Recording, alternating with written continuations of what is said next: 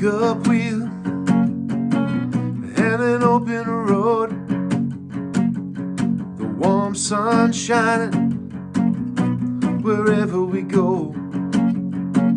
Watch the road disappear as the days go by, with the windows down, moving into the night. This is my American dream. This is my American dream. This is one of the early songs that I wrote in this kind of most recent time that I came back to writing music again. When I was in my mid-20s, I was writing a lot and I was playing a lot, and then I moved, and I was living in Rochester, and I moved to San Diego with an intention of pursuing music, but didn't end up working out the way that I would hope that it would. Well, I went in different directions. Basically, I went in the direction of business, and I started a couple companies, and I did okay for myself for the most part, and I got married, and all these things that never would have happened otherwise. But I realized at some point that there was something missing, and I've talked about all this before. But I decided to get back into music when I found out that my son was going to be born, and so I started writing again. And that was when I wrote, it was shortly after my son was born that I wrote Motherhood Looks Good on You for my wife, and started writing Your Whole Life. And I wrote This Is My American Dream. Funny story about This Is My American Dream. I wrote it completely independently of anybody else, but as I was writing it, I started looking around and realizing that everybody has a song called American Dream. There's so many of them. It's amazing. And I mean, because almost every folk singer out there has a comment on the American Dream, and they write it and they call it American Dream. And so I at first I was like, well, that's okay. But it turns out there's a guy named Ian Campbell who happens to live down in Connecticut. I live in Vermont. That also wrote a song called American Dream and named his record American Dream back in like 2015, something like that. And so I'm like, I should probably change the name of my song.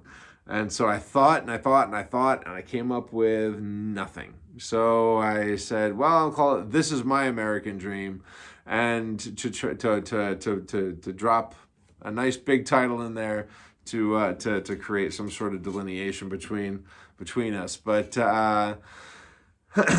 that's where the title This Is My American Dream came from. The song itself was actually inspired by a podcast that I listened to. And back when I was living in Denver, we were living right downtown in a big, tall apartment building, 1,200 square foot apartment. And we have a dog. And so, as stands to reason, we needed to get out and make sure that he got walked on a regular basis. And every morning I would go walk him, and every evening my wife, Lindsay, would walk him. And that was kind of how we split up the task. In the mornings, I'd walk around and I'd listen to podcasts. As long as I didn't have my son with me, and if it was just me, I'd listen to podcasts while Hunter was walking, and I was waiting for him to do his thing. And I've stumbled upon a podcast that was a series of conversations between Barack Obama and Bruce Springsteen.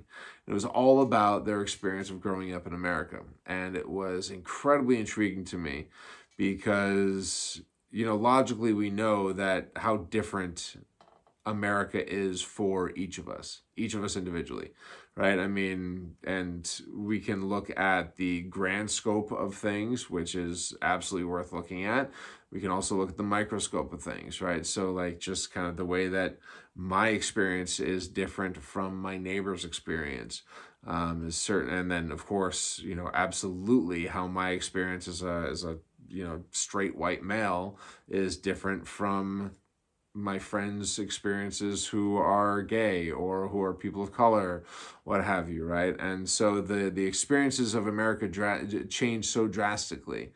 And it was an interesting thing for me to kind of think about and focus on a little bit. So the song kind of follows a few different stories of people who are talking about their American dream, right? What their version of the American dream is.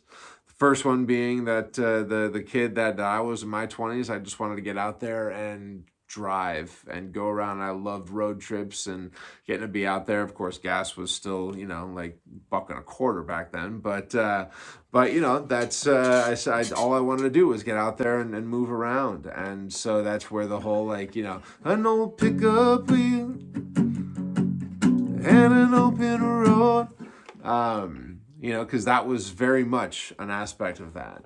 Right. And then I started thinking about, some different people that I knew, people that somehow work on minimum wage, and between them and their spouses, they're able to make ends meet and to pay their mortgage. That's that second verse that, work a 9-to-5 job for the minimum wage. Ain't got a lot of money, but my mortgage gets paid. That was kind of an interesting thing to think about, because again, I came from a middle class upbringing, and so until I got to know other people, I didn't know a whole lot of people that didn't know if they were going to be able to pay their mortgage, right? And so, or for that matter, worked minimum wage as adults, So it was kind of an interesting perspective to explore. And then, of course, the last verse is, takes on the perspective of somebody driving down the road and being pulled over and just thinking to themselves, okay, how do I make sure that I make it home tonight, right? And unfortunately, that is a reality that some people in our society do absolutely still have to face.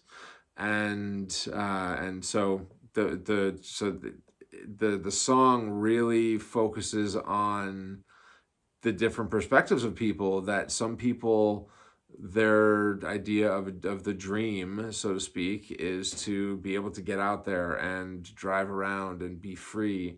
For other people, it's just to make sure that ends are meeting, and that their kids are being fed and they get to go to church on Sunday. And some people, they just want to get home at the end of the night.